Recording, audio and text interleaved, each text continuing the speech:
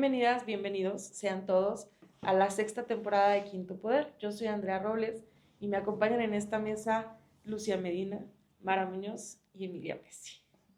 Esta va a ser la primera de las mesas mensuales de mujeres. Aquí vamos a estar tocando temas que, claro, nos corresponden a la agenda de las mujeres, pero que además pues, son relevantes para la sociedad.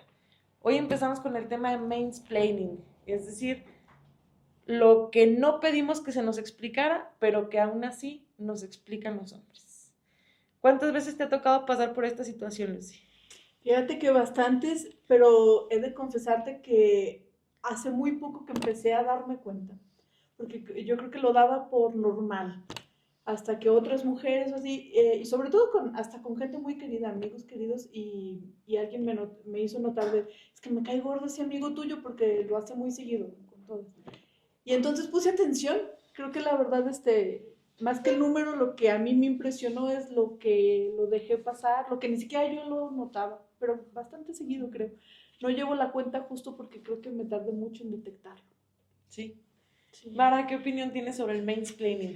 Pues es que este mundo está hecho básicamente para desacreditar la palabra de las mujeres, ¿no? Es decir, nos han confinado al ámbito de lo privado y siempre conquistar el ámbito público, todo lo que eso implica, con una opinión, con el desarrollo de las ideas, pues nos ha costado 10 veces más, ¿verdad?, que a cualquier hombre. Entonces, en ese sentido, eso se reproduce en todos los ámbitos de nuestra vida, desde la familia, con las amistades, en el ámbito laboral, en el ámbito político, y los hombres pues lo dan por hecho, ¿no? O sea, dan por hecho que su palabra es más valiosa, dan por hecho que saben más que las mujeres, dan por hecho que en determinado momento pueden advertir en nuestro silencio ignorancia, ¿no? Porque en muchas ocasiones nosotras callamos como una forma, sí, pues de sometimiento, ¿verdad? Histórico y cultural, ¿no? O a veces por una malentendida educación, ¿no? Pero en realidad cuando un hombre nos ve callar en este tipo de escenario, pues asume que somos ignorantes, que no sabemos y que lo estamos poniendo en una situación de superioridad intelectual. Entonces, todo está, digamos, hecho en este mundo para reproducir esos roles, ¿verdad? Creo que ya las jóvenes cada vez menos toleran ese tipo de situaciones, cada vez más se dan cuenta, lo que dice Lucía es muy cierto, a mí también me pasó durante mucho tiempo. Afortunadamente yo tuve un padre muy machista, y digo, ahora lo veo como una ventaja, ¿verdad? Muchos años no fue así, pero lo veo como una ventaja porque eso me entrenó para el mundo y me enseñé a ser contestona, ¿verdad? Y a no dejarme. Entonces, creo que eso me preparó, pero también en muchas ocasiones lo llegué a tolerar y a normalizar, ¿no? Entonces, creo que le da la experiencia, la vida te va marcando la pauta y sobre todo también aprender de las mujeres más jóvenes, las que vienen detrás de nosotros, de nosotras. Yo creo que ellas traen un chip diferente y eso es pues muy esperanzador. Emi, tu opinión, impresión y experiencia con estas explicaciones no pedidas.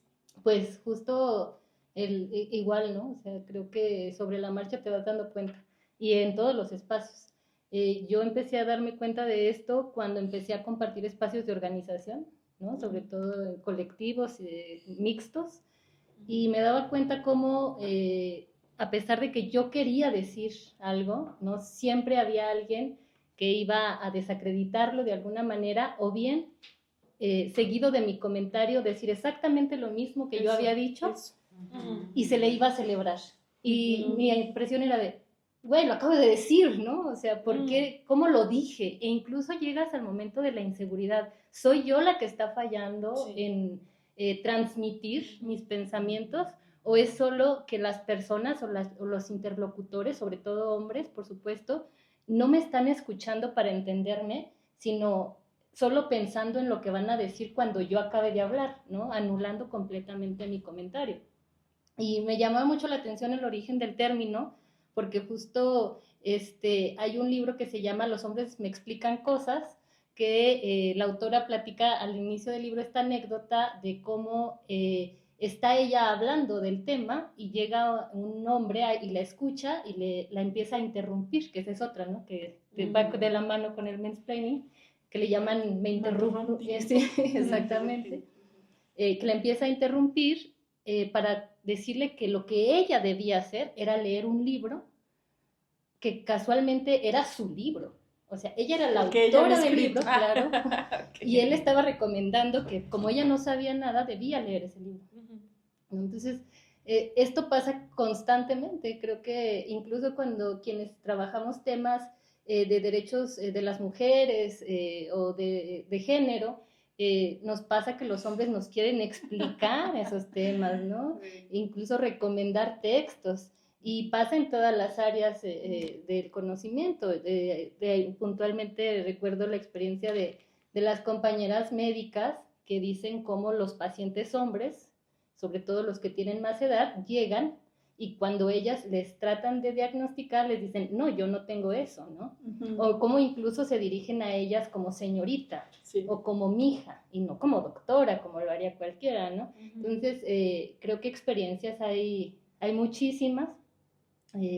También creo que surge de la necesidad dentro de la masculinidad de validación, ¿no? A final de cuentas, los hombres son construidos socialmente para que la validación llegue de lo que saben, ¿no? Asumiendo también que las mujeres no saben. Ahorita me acordé también de esta historia que hacen unas entrevistas en la calle en Estados Unidos preguntándole a hombres si le ganarían al tenis a Serena Williams, ¿no? Sí, son muy seguros. Y ellos dicen, sí, pero ¿por qué le ganarías? Es una deportista profesional que desayune, come, cena, entrena, todo lo que implica un deportista de alto rendimiento.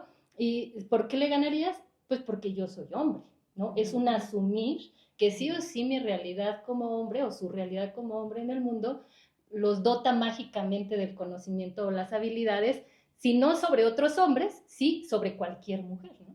Incluso las profesionales. Sí. Y este es un choque bien fuerte, ¿no? Ahorita lo que decía Mara, bueno, ella fue entrenada, ¿no? Para ser confrontativa en este sentido. A mí me pasó todo lo contrario. Yo tuve un papá maravilloso que nunca me cortó las alas en ningún sentido.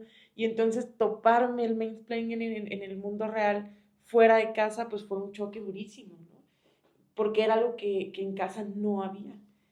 Pero te lo topas en la escuela, te lo topas en el trabajo, en las relaciones. No, durísimo, durísimo esto del mansplaining. ¿Cómo creen? Pregunta abierta. ¿Cómo creen que podemos enseñar desde nuestra experiencia no grata a las chicas que vienen, a las niñas que vienen, a las infancias, a que no sean víctimas del mansplaining? Porque justo lo que señalaban ahorita, no debe ser un acto ni de obediencia ni de paciencia, el aguantarnos los silencios o callar sin conceder, pero callar a final de cuentas. ¿Qué vamos a hacer para estas futuras generaciones que vienen? Pues fíjate que para mí, más que el problema en sí, o sea, es como si es el síntoma de una problemática más profunda, ¿no? Porque lo de menos es que permitamos esa interrupción o esa explicación, sino que se interioriza. Y yo creo que ahí está el mayor problema. Y luego, mientras te escuchaba, pensaba, ¿pero qué es primero, verdad? Como el huevo o la gallina. ¿Lo toleramos porque pensamos así como, bueno, a lo mejor lo explica mejor que yo? ¿O pensamos eso porque lo toleramos? Y yo creo, no sé qué sea primero, creo que una cosa lleva a la otra. Y siento que ahí está más bien la clave, y como en casi todos los temas, pues lo que necesitamos es creérnoslo, ¿no? Tener seguridad.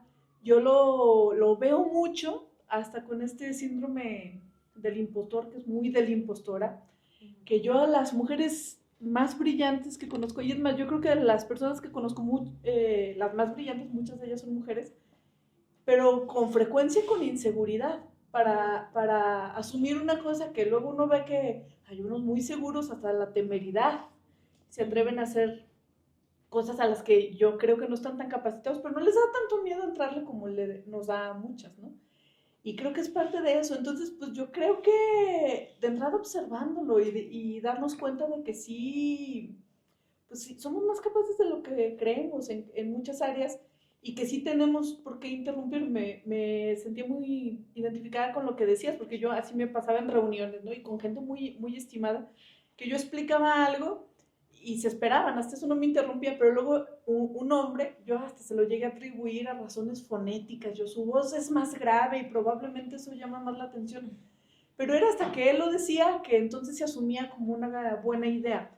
Pero creo que ahí efectivamente me faltaba esa como seguridad de ni siquiera, porque siento que yo misma le daba pie a, ¿verdad? Así como de reafirma mi punto para los demás. Y siento que si hubiera tenido yo un poco más de seguridad, que coincido con Mara, que eso lleva tiempo, lleva años construirse. Afortunadamente unas más pronto que otras, pero si hubiera tenido esa seguridad, hubiera cortado eso que al mismo tiempo estaba alimentando esta inseguridad. Entonces, estaba, pues sí, como en un bucle así, ¿no? Yo lo permitía, me generaba más inseguridad, más lo permitía, e incluso yo creo que eso hacía, ¿no? Hasta lo estimulaba, porque yo necesitaba que validaran mi punto, así, refuérzame, para que vean que sí es buena mi idea, ¿no?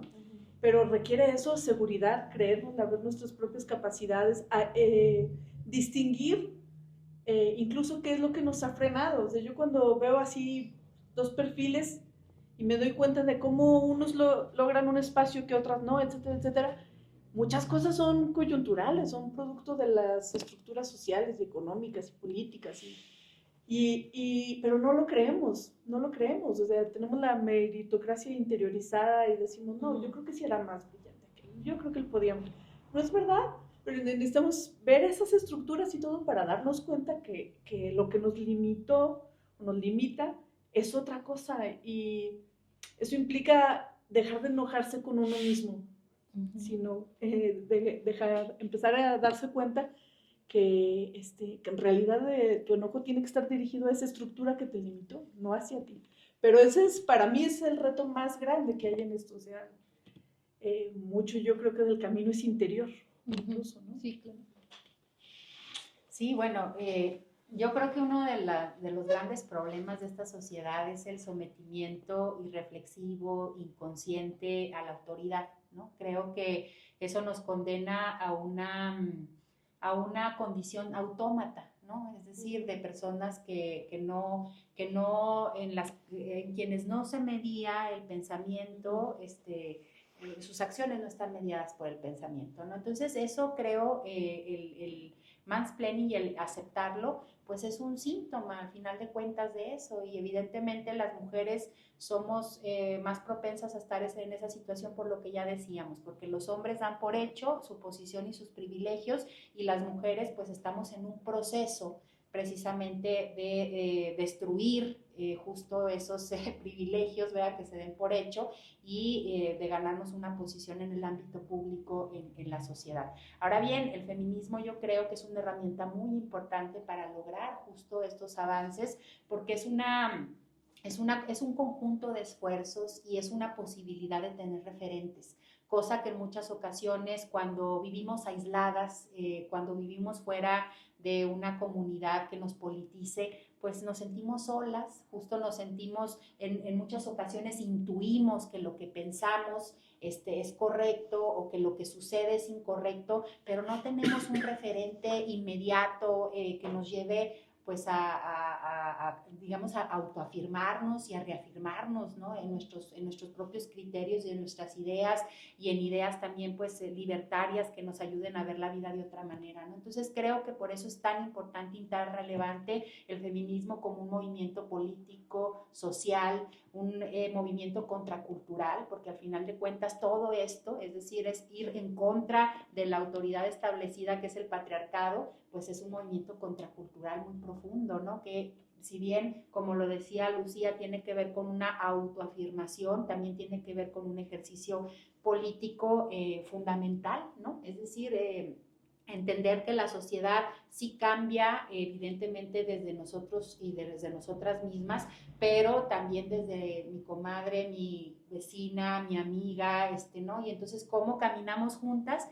Y nos agarramos de la mano, porque no hay de otra, ¿no? Como nosotros como hijas en determinado momento le abrimos los ojos a nuestras madres, ¿verdad? Que no tuvieron esa posibilidad y esos referentes en su generación, o cómo dialogamos con nuestras abuelas, o cómo dialogamos con nuestras sobrinas, con nuestras hijas, y creo que así se van construyendo otras formas de ser humanas, ¿no? Oye, unas ganas de decirle a mi hija, tú que tienes hija, ¿cómo decirle a mi hija de casi 2 años que no sea parte de este círculo vicioso del mansplaining? Decirle, Se lo decirle, estás diciendo. ¿quién? Que conteste, ¿quién? Te preguntó. Y ya, ¿no? Oye, qué buen tip. Porque es bien importante decir, o sea, porque luego, ¿sabes? Se lee mucho estos señalamientos como si no quisiéramos nunca escuchar la opinión de los hombres. Y creo que le dice al clavo, ¿no? O sea, hay espacios donde incluso tú pides, ¿tú qué opinas, no? O sea, pero es muy común, incluso Lucía estuvo en algún momento hace unos meses, ¿no? Cuando yo fui, o sea, alguien que no está en la conversación, llega y se mete en la conversación a hablar sobre el tema del que estás hablando, ¿no? Cada quien tiene que asumir sus contradicciones, ya lo digo, ¿no? Pero pasa. Y creo que el punto es cómo, como bien decías tú, no nos callamos, o sea, cómo va a seguir ocurriendo porque es poder y el poder se ejerce, ¿no? Y los hombres que se saben o no se saben o que tienen ese poder que nunca ha sido cuestionado, lo van a seguir ejerciendo. El punto es cómo voy a reaccionar yo, y creo que le diste al clavo con lo de nuestras hijas, ¿no? ¿Cómo voy a reaccionar yo a esto que va a seguir ocurriendo? Pues voy a reaccionar señalándolo, ¿no? Nombrándolo, decimos nosotras, ¿no? Lo que no se nombra no existe. Me estás interrumpiendo. Acabas de decir lo mismo que yo dije, ¿no? Creo que, como bien decía Mara hace rato, que creo que ese fue mi problema durante muchos años, por educación, ¿no? Porque así nos enseñaron, por educación, no señalas la omisión. Dices, bueno, el punto es que va a pasar. Bueno, el punto es que la idea se va a concretar y creo que es la forma correcta de que se concrete, ¿no? Pero creo que también hay que señalarlo. Hay que decir, eso es mi trabajo intelectual que tú estás repitiendo, porque ahí vamos a otra. Todo el trabajo robado que hay de mujeres por parte de sus parejas, sus padres, sus hermanos, ¿no? Sus compañeros, etcétera. Sus maestros, ¿no? Que no tiene ese reconocimiento. Entonces creo que lo primero es señalarlo. Respecto a las nuevas generaciones, también coincido con Mara, yo aprendo mucho. Yo tengo una hija que pues está en una edad en la que también creo que la adolescencia le da ese plus maravilloso de las personas adolescentes, ¿no? De decir, esta es mi voz, ¿no? Esta es mi voz. Y lo hace a veces conmigo, estamos hablando de otro tema, pero a veces que me señala cosas en las que yo me equivoco y yo tengo que reconocerlo. Tal vez les toque a los hombres que tengan intenciones de construir relaciones igualitarias, reconocer, ¿no? Que ahí hay campo de trabajo. Si no lo hacen, pues bueno, su problema será. Que por lo regular para allá va la cosa, ¿no? Es difícil que un poder que se ha obtenido se suelte o que quien tiene privilegios los entregue, pero sí creo que nuestro trabajo es decir las cosas siempre. Por educación yo muchas veces no dije nada y en ese cuestionar a la autoridad que señalaba Mara, creo que está también el ser incómodas. Y aprender a vivir con eso, ¿sí? Asumirlo. Sí. Maleducada, sí. Malagradecida, sí. Pero yo voy a señalar esta conducta porque es en beneficio de todas. Y también decir que hay mujeres que la vida las ha llevado sin el feminismo como teoría a ser así, ¿no? Y yo pienso en muchísimas mujeres en la historia que les ha tocado imponerse, a veces más por necesidad, por supervivencia que por otra cosa. Entonces creo que decirles a las niñas y a las adolescentes, tu voz vale, ¿no? Y si a alguien le incomoda tu voz, es porque tu voz tiene poder. quien no se siente incómodo a tu voz no le está dando poder a ese silencio, ¿no? El silencio también nos dice cosas, y ir y decir lo que estamos pensando, señalar las violencias, creo que es ese primer paso. Ojalá lo podamos hacer en comunidad, pero siempre es bien necesario también, como dice Lucía, el trabajo introspectivo para poder anclarlo con otras compañeras. Y en ese orden de ideas, justo lo que señalas, o sea, ¿cuántos años es válido guardar silencio, ¿no? Y cuando queremos ejercer algo, no siempre tenemos las condiciones como para revivir ese momento en el que fuimos silenciadas o calladas, obligadas a permanecer en silencio. Vamos a hablar de Julio Iglesias, ¿no? O sea, como para contextualizar, Julio Iglesias, este cantante que ahora está de super moda, me entero por las redes sociales que ahora está de super moda con esta canción, la de Me Va, ¿no? Que, o sea, ¿en qué momento le vino a caer la fama a Julio Iglesias, verdad? Con las generaciones nuevas. Es denunciado por algunas ex trabajadoras por agresión sexual y trabajos de explotación, ¿verdad? ¿Y qué dice la Corte Española? Que no hay jurisdicción para atender el caso y se archiva. Esto es más o menos el contexto, ¿no? Pero esto es lo que pasó con Epstein, es lo que pasó con Sergio Andrade, etcétera. O sea, casos como el de Julio Iglesias lo hemos visto en todos lados. Voy a empezar aquí por la voz de la justicia. ¿Sí? ¿Qué está pasando aquí, jueza? No, o sea, al final de cuentas eso es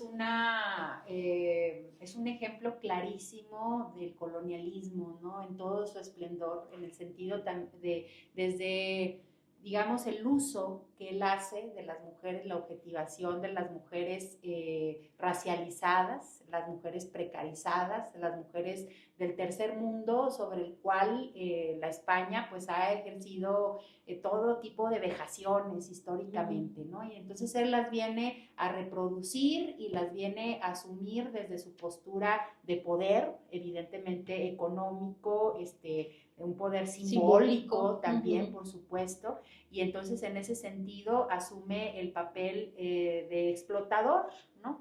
Básicamente sexual de estas mujeres en el tercer mundo. Y por otra parte, el colonialismo obviamente también en la mente de los juzgadores y en el sistema de justicia. O sea, al final de cuentas estamos ante una situación en la que el derecho y las instituciones de justicia históricamente desde su creación surgieron para proteger a la clase dominante. Eso es una cosa de que no lo digo yo, lo dijo Marx, ¿no? Y en ese sentido creo que la historia le da la razón, ¿no? Cómo hemos observado que el derecho y sus instituciones pues sirven para eso, para subyugar al oprimido y para conservar los privilegios de la clase dominante. Entonces, obviamente no me extraña que la justicia española diga eso, porque obviamente estamos ante una situación en la que imagínate que ellos en determinado momento asumieran el papel de juzgar en España ese tipo de actividades. O sea, ¿qué pasaría con tantísimas personas, ¿no? Españoles y españolas de poder que van y hacen tropelías inimaginables a los países de América Latina, por ejemplo, ¿no? Y estoy hablando de la pedofilia, por ejemplo. O sea, obviamente estamos ante un caso de explotación de mujeres, que es lo que se sabe, pero las voces silenciadas, digamos, que nunca conocemos, son la de los niños y las niñas. Entonces, generalmente ese tipo de conductas digamos, sexuales, pues no conocen fronteras, no conocen límites, ¿no? O sea, no conocen límites en términos de edad, no conocen, entonces no sabemos cuántas niñas, cuántos niños estén involucrados en esta red de explotación, porque además, pues son personas que se rodean de otras personas de poder, que evidentemente hacen fiestas, que evidentemente hacen viajes, que evidentemente, entonces sería destapar una cloaca enorme que llevaría no sé a cuántas personas a tener que rendir cuentas ante la justicia. Entonces, las instituciones españolas no van a hacer eso, porque además el Estado español pues es colonialista, ¿verdad? Pero además es fascista, o sea, no es la herencia de Franco sigue ahí, ¿verdad? Claro. O sea, sigue ahí, lo vemos con sus posturas ideológicas, lo vemos con el ataque a migrantes en el metro, lo vemos con la posición de las trabajadoras domésticas en las relaciones productivas, de explotación, o sea, y lo vemos también con Iberdrola y sus empresas en el mundo, cómo van y explotan a la madre tierra, ¿no? Entonces, o sea, es decir, es contra sí mismo, ¿no? O sea, entonces creo que ahí es obviamente una situación que tendríamos que analizar mucho más allá de Julio Iglesias como un síntoma de toda esa barbarie a la que nos condena este sistema patriarcal capitalista, ¿no? Y todavía sale y dice, me jodieron la reputación. Pues creo que eso es bien importante y qué bueno que lo dices, porque también está este otro poder, ¿no? Que nos da ahora, justo vuelvo a lo mismo, a señalar. Porque si bien es cierto, tal vez nadie le sancione por la vía formal, sí tenemos la oportunidad de no callarnos y de señalar y de no normalizar ya esas conductas, al menos entre nosotras, de ya no defender a hombres cuando claramente sabemos que la posibilidad o la probabilidad de que esas agresiones sean ciertas es del 99.9%, ¿no? Porque la estadística así lo dice. Y creo que es cierto que el Estado español en esta historia, ¿no? de conquista, de colonialismo, tiene un estatus superior, pero no quiere decir que no pase también en todos los territorios, ¿verdad? Claro. En cascada. Entonces, pienso ahorita, por ejemplo, en los casos que vivimos en el país, ¿no? Donde pareciera que se criminaliza más a quien levanta la voz que a quien violenta. Aquí en Zacatecas hay un caso muy famoso que pues tuvimos que ser testigos, ¿no? Sin que dijéramos nada de cómo las instituciones tuvieron que levantar una denuncia por calumnias luego de una sentencia absolutoria por una violación, ¿no? Y cómo la víctima se convirtió en la perseguida por la justicia porque esa sentencia absolutoria de la agresión derivó en las condiciones necesarias para que el agresor denunciara, ¿no? También tenemos que no solamente ahora lidiar con que se protejan entre ellos, sino con el contraataque, ¿no? Entonces, por eso me parece bien importante el hecho de identificar con quién nos vamos a nuclear, como decimos a veces, de identificar, una mujer es la peor enemiga de otra mujer y volvemos a lo mismo, ¿no? Pues de que me critiquen los zapatos a que me avienten en una zanja, pues tengo claridad de que eso no es cierto, ¿no? Entonces, creo que sí es bien importante decir que estos casos de famosos, como lo que estamos viendo, tenemos a un presidente en el vecino país del norte que no hay lugar a duda de que es un pedófilo, de que está relacionado, de que está en esa lista, ¿no? De que la guardó y la secrecía fue absoluta, ¿no? Y que se resistió por todos los medios a que esos nombres salieran a la luz y que sigue teniendo todo el poder del mundo, ¿no?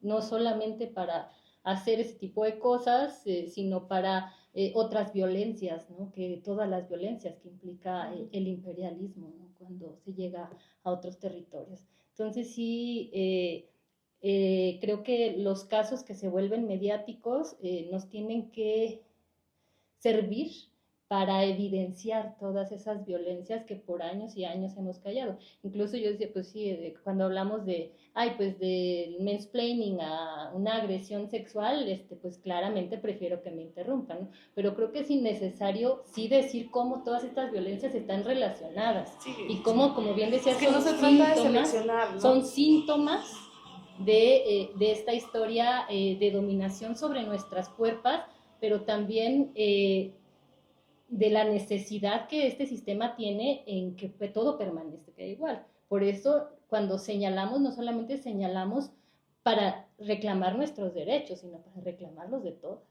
Entonces, por eso creo que sí es bien importante que que le demos valor a nuestras voces, que sepamos que nuestras voces tienen valor, tienen poder y que tenemos que usarlas para una u otra cosa. Fíjate que para mí creo que de lo más interesante es que en realidad nadie está contando nada nuevo de Julio Iglesias, porque ahora que volvió a la palestra, yo creo que ya muchas generaciones ni lo ubican, o lo ubican como el papá de Enrique Iglesias. Sí. Lo interesante es que salen videos, esa conducta era habitual y a cámara, ¿no? Ahora yo he visto videos con Thalía, con Verónica Castro de los 80s, o sea, en realidad lo curioso no es que le estén sacando algo que estuviera escondido, sino que ahora se da cuenta que los valores y la cultura ha cambiado, o sea, y creo que eso es de celebrarse, esa conducta que era tolerada, vista como simpática, elogiada porque qué galán y aplaudida, ahora hay un cambio cultural que con la belleza de tener los videos, dice, eso era reprobable, ¿cómo lo aguantaban? ¿Cómo lo veían? Y ellas reían y a lo mejor ni siquiera estoy segura si reían fingidamente, probablemente, muy probable. Pues está el caso pero, perdón, sí, pero también es que ellas estaban educadas a reír antes. Claro. ¿Sí me explico? Y ese es el chip que ya cambió. Claro. Y entonces entiendo que les cueste tanto entender como el nuevo mundo, el nuevo paradigma, pero yo creo que es de celebrarse que justamente ese paradigma cambió y que ya no estamos educando ni estamos siendo parte de ese silencio, de esa, por educación. Y entonces en realidad yo creo que a él ahora sí que no lo están, digamos, exponiendo, o sea, no le están sacando un trapito que tuviera escondido, más bien le están diciendo que su trapito siempre ha estado muy sucio, ¿no? Puedo entender que le cueste verlo, porque a lo mejor él no dio junto al mundo ese cambio, ¿no? Su mentalidad, su cultura, sus valores están ahí, pero es de celebrarse que está cambiando, y yo creo que, y vamos para más, y por eso puede ser tan atemorizante hasta para uno mismo, porque yo lo he confesado con ustedes varias veces, a veces me siento rebasada, ¿no? Cuestionada por las nuevas generaciones de si están allá, y es encantador, pero también es apabullante. Pero qué bueno, ¿no? Qué bueno que estemos en ese reto continuo, hay que digerirlo. Sí, y justo porque se me va esta parte, o sea, que creo que es bien importante señalar, hablando de casos mediáticos, el de Sasha Sokol, que denuncia la agresión sexual de Luis de Llano tantos años después, y que no solamente la denuncia da justicia para ella, sino que siente un referente de la prescripción de los delitos sexuales contra personas menores de edad, ¿no? Exacto. O sea, cómo esa prescripción acaba, pero también ella dio una lucha por su historia, y son personas tan mediáticas que tienen impacto también, al menos para la difusión de esas sentencias o de esas posturas tan importantes, ¿no? En la corte. Entonces sí creo que es importante esa parte de hacernos de nuestra voz, porque es bien complicado. Muchas de las veces, y yo lo confieso abiertamente, yo he sido víctima de violencias que pudieran constituir delitos, y he optado por no acercarme a la fiscalía, ¿no? Pero creo que tenemos también que cada vez más, aunque sepamos que quizá no haya los resultados o la prontitud o lo que sea que esperamos, sí ir a señalarlo. Y justo lo que mencionabas de cómo los hombres después denuncian que se les agredió o su reputación fue afectada por las denunciantes, cuando fueron sus propias acciones las que los llevaron ahí. Y todavía yo he escuchado víctimas decir, es que pobre, ¿no? Es que pobre lo van a correr del trabajo, es que pobre o es que pobre lo corrieron del trabajo, ¿no? Es pobre, ¿no? Entonces creo que también cambiar esa narrativa hacia nosotras de decir, no estoy haciéndole nada, o sea, solamente lo que pase es una consecuencia de las acciones que esa persona decidió tomar, ¿no? Aún sabiendo que estaba haciendo daño. Porque más allá de la cultura y demás, creo que siempre sabemos cuando estamos haciendo daño. Y eso es importante también decirlo así como de, ay, es que no sabía, ¿no? Justamente creo que por eso el derecho señala que el desconocimiento no te exime de, su ¿no? cumplimiento. Entonces, creo que sí, casos como ese no solamente nos tienen que invitar al análisis, sí, sino también a espejear, ¿no? Cómo en nuestra vida y en nuestro entorno podemos aprender también de esas circunstancias, porque lo que es cierto es que hay una objetivización de los cuerpos, la explotación sigue siendo una realidad, viene el debate, por ejemplo, de los embarazos subrogados, etcétera, etcétera, pero todos esos debates siempre van a afectar a las mujeres con mayor cantidad de vulnerabilidades, ¿no? Claro. Donde se junte la pobreza, la violencia, la discapacidad, mil cosas que pueden concurrir para que justo identifiquemos cómo van a ser siempre las más afectadas, o vamos a ser, porque unas nos atraviesan unas a otras, nos atraviesan otras, pero sí creo que es importante la difusión de esos casos por ese tema, ¿no? Creo que sí, y Sí. cómo todo se relaciona. Vamos migrando al último tema que justamente habla de migración. Reporta la ONU Mujeres que ya las mujeres migramos igual que los hombres. Una conducta que parecía estrictamente de los hombres y que solamente los hombres eran los que se partían el lomo cruzando el río Bravo, ¿no?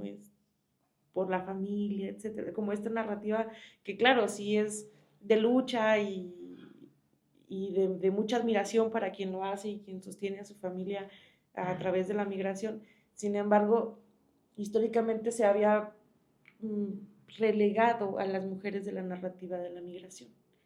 Y ahora, pues ya sale la ONU a decir, no, a ver, espérense, las mujeres están migrando tanto como los hombres. Y las mujeres están siendo igualmente expulsadas de sus países por cuestiones humanitarias. Las mujeres están, incluso hay más mujeres en condición de refugio que hombres. Y también sale la ONU a decirnos que en el desplazamiento interno que vivimos como países, pues Zacatecas es un ejemplazo, ¿no? Negativo, pero es un ejemplazo de cómo hay desplazamiento prolongado. Hay más mujeres viviendo desplazamiento prolongado que hombres. Y también reporta la ONU Mujeres. Y las condiciones de desplazamiento prolongado son peores para las mujeres que para los hombres. Y viene una serie de estadísticas terrible, ¿no? O sea, por ejemplo, nos dicen de las mujeres migrantes y las mujeres refugiadas, el 20% han sufrido una agresión sexual. ¿Cómo vemos este tema? Sobre todo aquí en Zacatecas, que somos ruta migrante, ¿no? Sí, pues justo creo que, como decía hace un momento, se relacionan varias realidades, ¿no? O sea, creo que las mujeres, si bien es cierto, han migrado a lo mejor menos en estadística, no quiere decir que no tengamos una migración antigua de mujeres, ¿no? Hace poco platicaba con una persona adulta mayor que migró a los Estados Unidos y platicaba, ay, me dieron ganas de llorar, ¿no? O sea, todas estas historias de trabajo duro, de tener que sostener a las familias, creo que son una constante. ¿Y por qué no vemos también que el hecho de que la migración haya sido mayoritariamente de los hombres, no quiere decir que las mujeres no estuvieran trabajando, sino todo lo contrario, porque quienes permanecían en los territorios tenían que hacerse cargo del cuidado, ¿no? Y que justamente el cuidado sostiene la vida, entonces, por esa parte. Por otra parte, es cierto, las mujeres que migran, sobre todo platicaba con una migrante de Centroamérica hace no mucho, y me comentaba cómo sí o sí, dentro del kit de migración de una mujer, tiene que haber pastillas del día siguiente. Porque tú no sabes si te vas a enfrentar a una agresión sexual en el camino. Y bueno, una agresión sexual es una cosa, pero un embarazo, eso sí ya sería un problema para ellas, pues mayúsculo. Entonces es casi ir a asumir que te Una van a violación. agredir, ¿no? Es el costo que tengo que pagar. Entonces, a pesar de que los números pudieran equiparar la cantidad de hombres y mujeres que migran, las condiciones jamás van a ser iguales.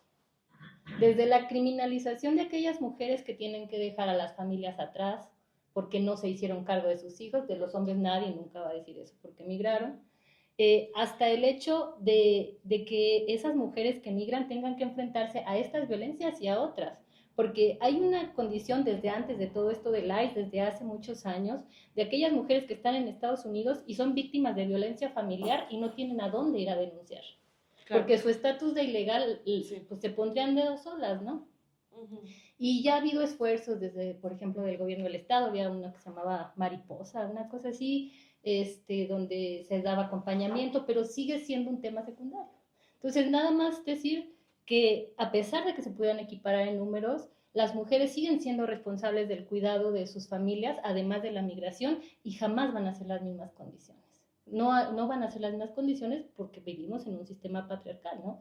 Entonces, las mujeres sí o sí tienen mayores violencias que enfrentar cuando hablamos de migración. Creo que a mí justamente ese dato fue de las primeras cosas que me acercó al feminismo, porque creo que yo primero reflexioné en los asuntos de clase que de género, pero dar justo con esos datos de que ya la migración de por sí es difícil, ¿no? Sobre todo de México a Estados Unidos, y ver ese tipo de reportajes así de que algunas se inyectaban, etcétera, porque tenían que tomar entre sus precauciones la posibilidad de ser violadas por el coyote, por agentes de seguridad, por propios migrantes, etcétera. Entonces yo ahí de veras que entendí en ese hecho y en otro más cómo entre lo difícil es más difícil hacerlo mujer, cuando lo hace una mujer. Ya de por sí es una condición compleja, pues de desgaste, donde se juega la vida quien migra en esas condiciones además. Pero además hacerlo como mujer te va todavía un riesgo adicional. Y coincido además pues que no se hace el esfuerzo suficiente y a veces creo que justamente en este tipo de coyunturas son las que hacen a la gente pensar que el feminismo o priorizar el feminismo deja fuera otras luchas que son válidas y necesarias, como luchar por el derecho a vivir donde uno quiera vivir, ¿verdad? Incluyendo su propio hogar, de no tener que ser un desplazado. Pero yo creo que es un buen pretexto o una buena ocasión para hacer ver cómo por eso es importante también esto. El feminismo no excluye otras luchas, pero también hay que ver eso, justamente entre este escenario, el peor es todavía ser mujer. Ser un migrante es difícil y ser migrante mujer le da o sea, ahora sí que es un nivel de dificultad mayor.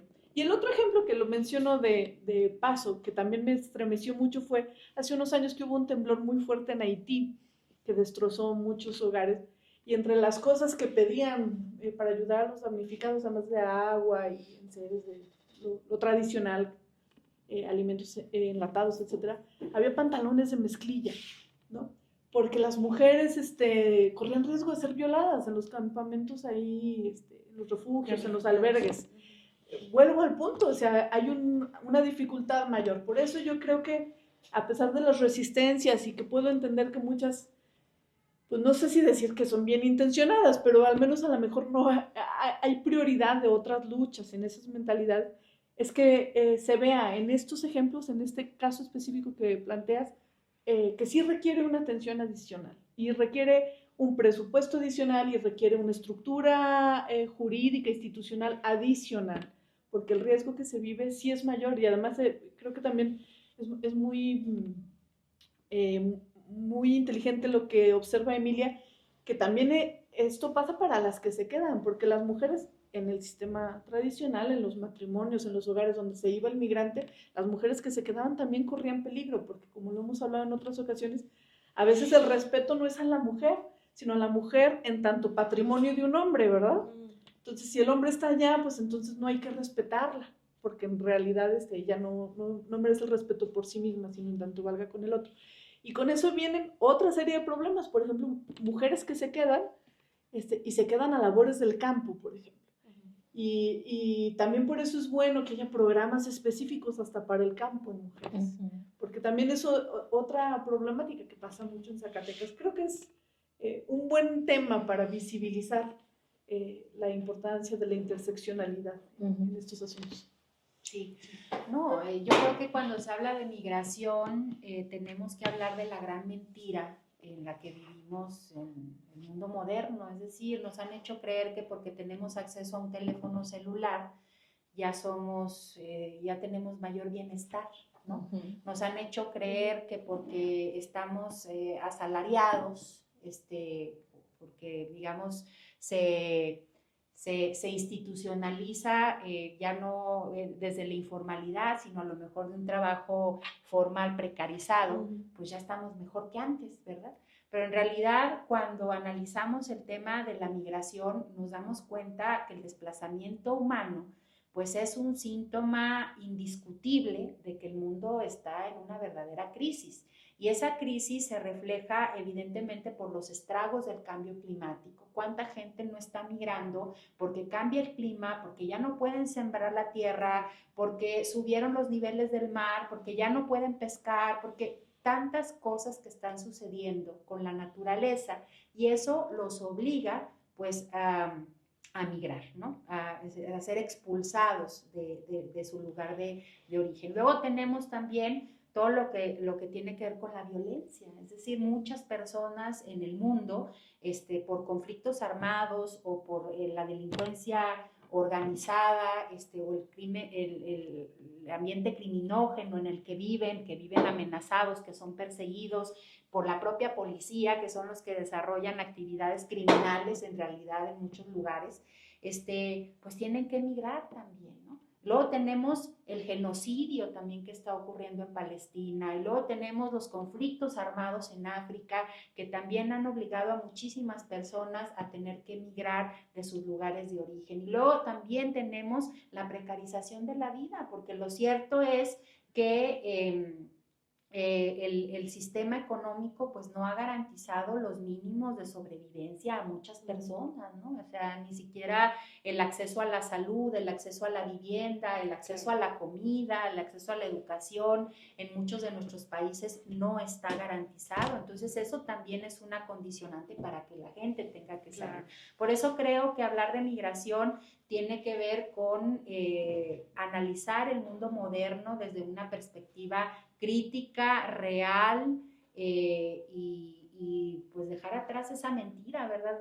Que nos quiere vender, digamos, esta locura, esta vorágine de las redes sociales, del internet, ¿no? Que crean una burbuja en donde aparentemente ya tenemos hasta amigos en Facebook, o sea, ¿no? Claro. Cuando en realidad los grandes dramas por los que atraviesa la humanidad y la naturaleza pues no están en la discusión pública. Pues sigue siendo la narrativa imperialista, ¿no? O sea, porque incluso la historia de éxito es el migrante o la migrante que se fue y manda remesas. Claro. O sea, no se cuenta la historia que hay detrás. Incluso creo que habría que valorar por qué hacemos una diferenciación cuando hablamos de migración y de desplazamiento forzado, porque casi cualquier migración es un desplazamiento forzado, ¿no? O sea, son las condiciones, o sea, que obligan a las personas a dejar sus territorios. No creo que nadie que tenga condiciones de bienestar donde vive esté pensando,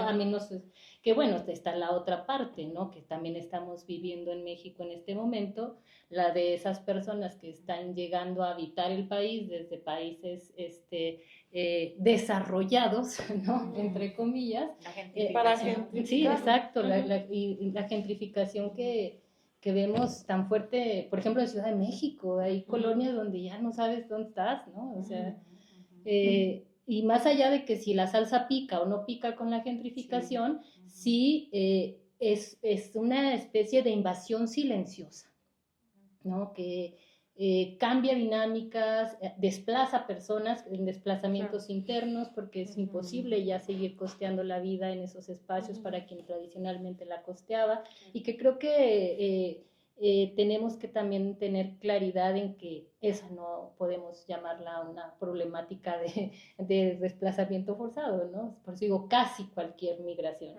Pero sí, cuando hablamos del sur global, tenemos que entender que la migración es un fenómeno multifactorial, pero que sí o sí tiene que ver con las condiciones estructurales de la vida en esos territorios y cómo son hostiles, como bien decía Mara, hacia las personas que deciden trasladarse a otro espacio.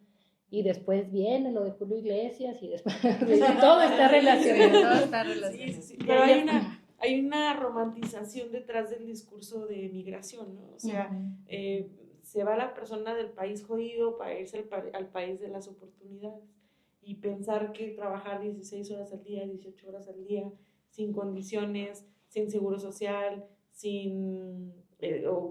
haciendo trabajos que nadie quiere hacer, o sea, esa no puede ser una historia de éxito. Ese no es el país, esa no es una oportunidad.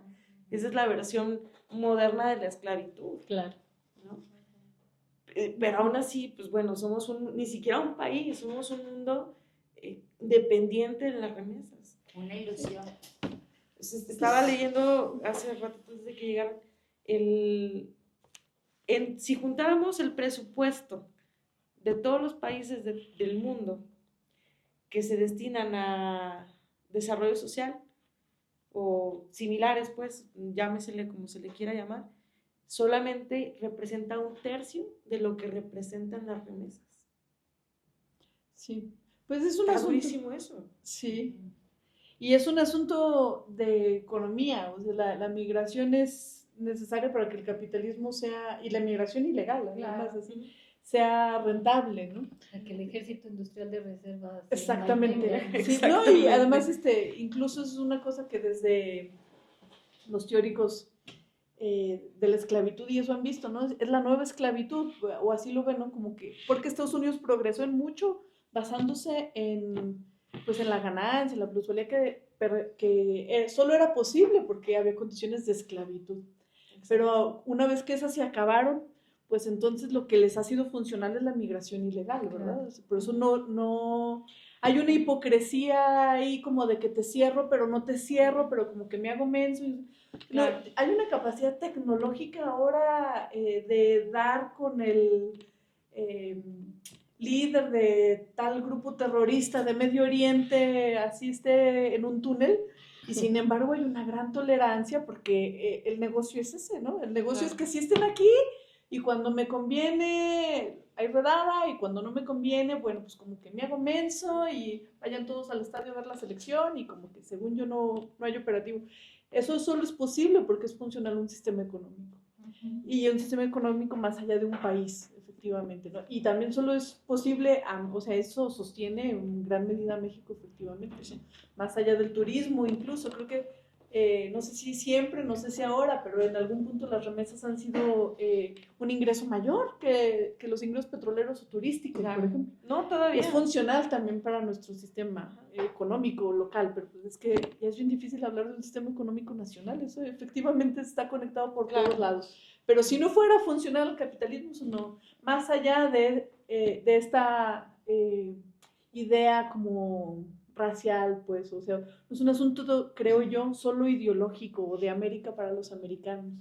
Eso va a persistir en tanto, o sea, en el equilibrio necesario para que se mantengan aquí y se mantengan en estas condiciones. Sí, o sea, cuando tenemos que regular los flujos incluso de personas, pero no estamos hablando de que no necesitemos a esas personas. Por eso el tema de que el feminismo tiene una lógica anticapitalista, o sea, es inherente, ¿no?